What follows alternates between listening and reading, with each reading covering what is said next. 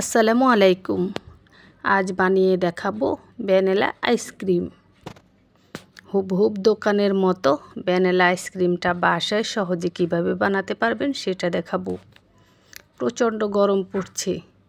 এই গরমে চাইলে কলিজা ঠান্ডা করা এই ভ্যানিলা আইসক্রিম সহজভাবে অল্প খরচে বাসায় বানিয়ে খেতে পারবেন। আশা করছি প্রত্যেক দিনের মতো আমার আজকের রেসিপিও সকলের ভালো লাগবে। ভালো লাগলে চ্যানেল সাবস্ক্রাইব করে পাশে থাকা অল বাটন ক্লিক করে রাখতে পারেন। তাহলে আমি যখন যে রেসিপি ছাড়বো সবার আগে আপনার কাছে পৌঁছে যাবে। চলুন দেখাচ্ছি। আইসক্রিম বানানোর জন্য প্রথমে আমি মেজারমেন্টে 250 গ্রামের কাপে 1 কাপ লিকুইড দুধ এই হাঁড়িতে নিয়ে নিলাম। নিয়ে নিচ্ছি মেজারমেন্ট কাপের 1 কাপের 4 ভাগের 1 ভাগ চিনি। নিয়ে নিচ্ছি 1 চিমটির চেয়েও কম হবে, দেখুন সামান্য একটু লবণ। এই দেখুন এতটুকু লবণ নেবেন। নিয়ে নিচ্ছি 1 টেবিল চামচ কর্নফ্লাওয়ার। এখানে কর্নফ্লাওয়ারে নিতে হবে, আটা বা ময়দা নিলে আইসক্রিমের সঠিক টেস্টটা পাবেন না। এবার সব কিছু একসাথে মিশিয়ে নিচ্ছি। মিশিয়ে নেওয়া শেষ, চুলাটা জ্বালিয়ে দিছি। চুলার আঁচ মিডিয়ামে রেখে অনবরত নাড়াচাড়া করে এগুলোকে জাল করব। চুলার কাছে দাঁড়িয়ে নাড়াচাড়া করতে হবে, নাড়া থামানো যাবে না, তাহলে কর্নফ্লাওয়ারটা পাতিলের তলানিতে লেগে যাবে। এই দেখুন চুলার আঁচটা মিডিয়ামে রেখে অনবরত নাড়াচাড়া করে এটাকে আমি রান্না করে নিচ্ছি। রান্না করতে করতে যখন দেখবেন ঘন হয়ে এরকম বুদবুদ করে বলক আসছে, তখনই চুলাটা নিভিয়ে দিতে হবে। তা আমি চুলাটা নিভিয়ে দিছি, দিয়ে এবার আবারও অনবরত নাড়াচাড়া করে এটাকে ভালো করে ঠান্ডা করে নিচ্ছি। এই রকম পাতলা থাকতে চুলাটা নেভাবেন। এটা ঠান্ডা হতে হতে ধীরে ধীরে ঘন হতেই থাকবে। এই দেখুন চামচ দিয়ে আমি নাড়ছি, ঠান্ডা হচ্ছে আর ঘন হচ্ছে। আর এটা সম্পূর্ণ ঠান্ডা হলে কী রকম ঘন হবে সেটা আমি দেখিয়ে দেব। দেখুন যেটা বলছিলাম, পুরোপুরি ঠান্ডা হওয়া পর্যন্ত অনবরত নাড়াচাড়া করতে হবে, না হলে কিন্তু সর বসে যাবে, তাহলে আইসক্রিম ভালো হবে না। তো এখন পুরোপুরি ঠান্ডা হয়েছে, এই বাটিতে নিয়ে দেখাচ্ছি। এই দেখুন এর ঘনত্বটা এই রকম হয়েছে। কনডেন্স মিল্কের মতো ঘনত্বটা হবে, আপনারা বোঝার জন্য সহজ করে বলে দিলাম। এই দেখুন চামচ দিয়ে দেখিয়ে দিচ্ছি এর ঘনত্বটা কেমন। এবার এটা এক সাইডে রেখে দিচ্ছি। রুমে নর্মাল তাপমাত্রায় এক সাইডে রেখেছি, নর্মাল ফ্রিজে কিন্তু রাখা যাবে না। এবার মেজারমেন্টে 250 গ্রামের কাপে 1 কাপ বিবো ক্রিম নিয়ে নিচ্ছি। বিবো ক্রিমটা দোকান থেকে কিনে এনে কমপক্ষে 3 দিন নর্মাল ফ্রিজে রেখে তারপরে এই আইসক্রিমটা বানাতে হবে। আর যদি আপনি সাথে সাথে কিনে এনে বানাতে চান, তাহলে এরকম 1 কাপ নিয়ে ডিপ ফ্রিজে 2 ঘন্টার জন্য রেখে দিবেন, তারপর সেটা দিয়ে বানালেও হবে। আচ্ছা, বিবো ক্রিমটা কাপে নেওয়ার আগে ভালোভাবে ঝাঁকিয়ে নেবেন। তো এই 1 কাপ ক্রিম আমি এই বাটিতে নিয়ে নিচ্ছি। দেখুন আমি দোকান থেকে কিনে এনে 3 দিন নর্মাল ফ্রিজে রেখেছি, তারপর সেই ক্রিমটা দিয়েই কিন্তু আইসক্রিমটা বানানোর জন্য নিচ্ছি। এবার ইলেকট্রিক বিটারের মিডিয়াম স্পিডে ঘড়ি ধরে পাক্কা 2 মিনিট এগুলো বিট করব। এই 2 মিনিটের মাঝে একবার থামিয়ে নিব। থামিয়ে থামিয়ে করলে ইলেকট্রিক বিটারটা ভালো থাকে, একটানা করলে অনেক সময় ইলেকট্রিক বিটার নষ্ট হয়ে যায়। তো দেখুন ঘড়ি ধরে পাক্কা 2 মিনিট বিট করে নিছি। তারপর বাটির 4 ছাটেরগুলো মাঝখানে নিয়ে আসছি। আবারও একইভাবে কিছুক্ষণ থামিয়ে থামিয়ে আরও 2 মিনিট বিট করে নিচ্ছি।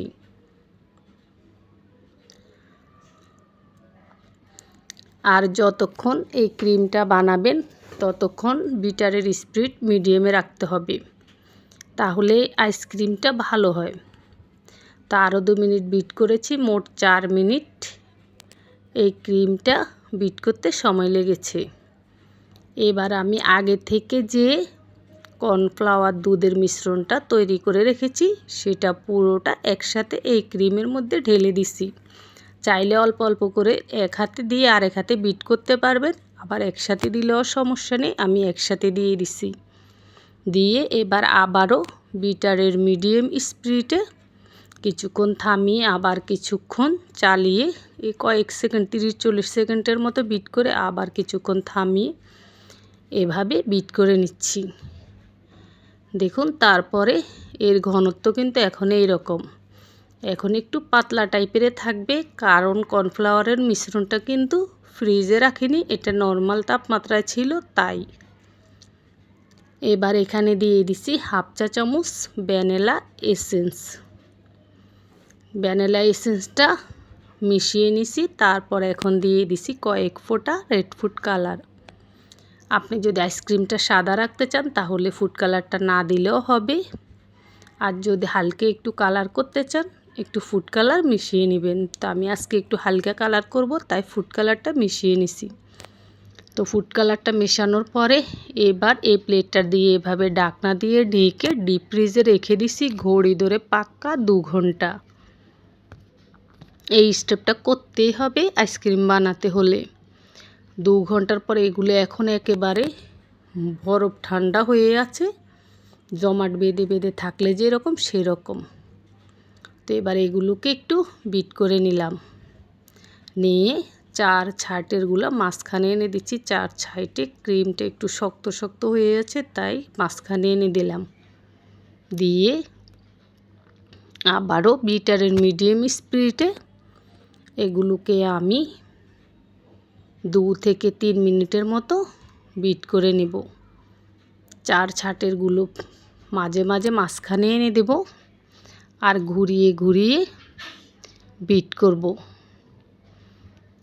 এখন আপনি বিট করবেন আর এগুলো ঘন হতে থাকবে, বাড়তে থাকবে, মানে ক্রিমটা এখন পারফেক্টভাবে হচ্ছে, আইসক্রিমের জন্য রেডি। এই দেখুন। তো আমি এখানে দেখা যাচ্ছে যে একটানা বিট করছি, কিন্তু একটানা না, কিছুক্ষণ থামি আবার কিছুক্ষণ এভাবে বিট করে নিছি প্রায় 3 থেকে 4 মিনিটের মতো করে। তারপরে আবার 4 ছাটেরগুলো মাঝখানে এনে দিছি। এবার বিটারের স্পিড একেবারে হাই করে দিছি। হাইতে করে দিয়ে ঘুরিয়ে ঘাড়িয়ে 4 ছাইটেরগুলো আমি বিট করে নিছি আরও 2 মিনিটের মতো। তো ফুড কালারটা আগে যে দিছি হালকা কালার মনে হয়, আমি এখন আবার কয়েক ফোঁটা দিয়ে দিছি আর একটু উজ্জ্বল করব কালারটা, তাই দিয়ে দেখুন বিটারের হাই স্পিডে খুব ভালো করে ফুড কালারটা মিশিয়ে নিছি। নিয়ে আরও 2-3 মিনিটের মতো, মোট হাই স্পিডে 2-3 মিনিটের মতো করলেই হয়ে যায়, করে নিছি। তারপর এটা একদম রেডি। এই দেখুন আইসক্রিমের লুকটা চলে আসছে, বা আইসক্রিমের জন্য যে এরকম ঘনত্ব সব কিছুই চলে আসছে এই ক্রিমের মধ্যে। এবার যে বাটিতে আপনি আইসক্রিমটা রাখতে চান, যে কোনো বাটিতে আপনার ইচ্ছা মতো, আমি এই বাটিতে রাখবো। এই বাটিতে পুরোটা আইসক্রিম ঢেলে নিচ্ছি। মন দিয়ে শুনতে হবে এই স্টেপটা। আইসক্রিমটা ঢেলে নিয়ে সুন্দর করে উপরটা সমান করে নিতে হবে, খুব ভালো করে সমান করে নিতে হবে, যতটা সম্ভব সমান করে নেবেন, উঁচা নিচা যেন না থাকে। তো দেখুন আমি স্প্যাচুলা দিয়ে খুব ভালো করে উপরটা যতটুকু সম্ভব সমান করে নিচ্ছি। এভাবে সমান করতে হবে, এই জন্য এর উপরে আমি একটা পলিথিন দিব যাতে পলিথিনটা সমান হয়ে বসে। তো দেখুন সমান করে নেওয়ার পরে একেবারে নতুন একটা পলিথিন পরিষ্কার কাপড় দিয়ে মুছে নিচ্ছি, সেটা দিয়ে দিচ্ছি আইসক্রিমের উপরে। এভাবে এটা দিতেই হবে, এটা যদি না দেন তাহলে আইসক্রিম যখন খেতে যাবেন উপর থেকে বরফ জমে যাবে, কিসকিস করবে বরফে, ভিতরেও বরফ জমবে। এভাবে দিয়ে তারপর ঢাকনা দিয়ে ঢেকে কমপক্ষে 8 ঘন্টা ডিপ ফ্রিজে রেখে তারপরে খেতে পারবেন। তো আমি এটা ডিপ ফ্রিজে রেখে দিচ্ছি ডিপ ফ্রিজে রেখে 8 ঘন্টা পরে আসলে আমি সময় পাইনি বের করে ভিডিওটা করতে, তো আমি 15 ঘন্টা পরে নামিয়েছি। আপনারা যদি খেতে চান 8 ঘন্টা পরে নামিয়ে খাবেন, আর না হলে 10-15 ঘন্টা পরে নামাবেন। আমি যেহেতু 15 ঘন্টা পরে নামিয়েছি, তো 15 ঘন্টা পরে নামালেই পারফেক্ট আমি মনে করি। 8 ঘন্টা পরেও খেতে পারবেন, তবে আমি 15 ঘন্টা পরে নামিয়েছি। আমার আইসক্রিমটা একদম দোকানের আইসক্রিমের মতো। নামানোর পরে 2-1 মিনিট পরে এভাবে আইসক্রিমটা পরিবেশন করতে পারবেন। এই তো হয়ে গেল হোমমেড ভ্যানিলা আইসক্রিম তৈরি। একদম সহজ রেসিপি। প্রথম ভিডিওটা দেখলে হয়তো ঝামেলা মনে হবে, কিন্তু আপনি মন দিয়ে দেখলে দেখবেন খুব সহজ। আর যাদের ঘরে ইলেকট্রিক বিটার নেই, তারা চাইলে ব্লেন্ডার মেশিন দিয়ে এই আইসক্রিমের মিশ্রণটা রেডি করতে পারবেন। সেক্ষেত্রে সময়টা বেশি লাগবে, আর হয়তো বা ইলেকট্রিক বিটারের মতো এতটা ভালো হবে না, তবে আইসক্রিম হবে। আশা করছি প্রত্যেকের আজকের ভিডিওটা ভালো লেগেছে। যদি ভালো লাগে, অনুরোধ রইল ফ্রেন্ডস ফ্যামিলির সাথে ভিডিওটা শেয়ার করবেন। সবাই ভালো থাকবেন, আর লাইক কমেন্ট সাবস্ক্রাইব করে সাপোর্ট করবেন।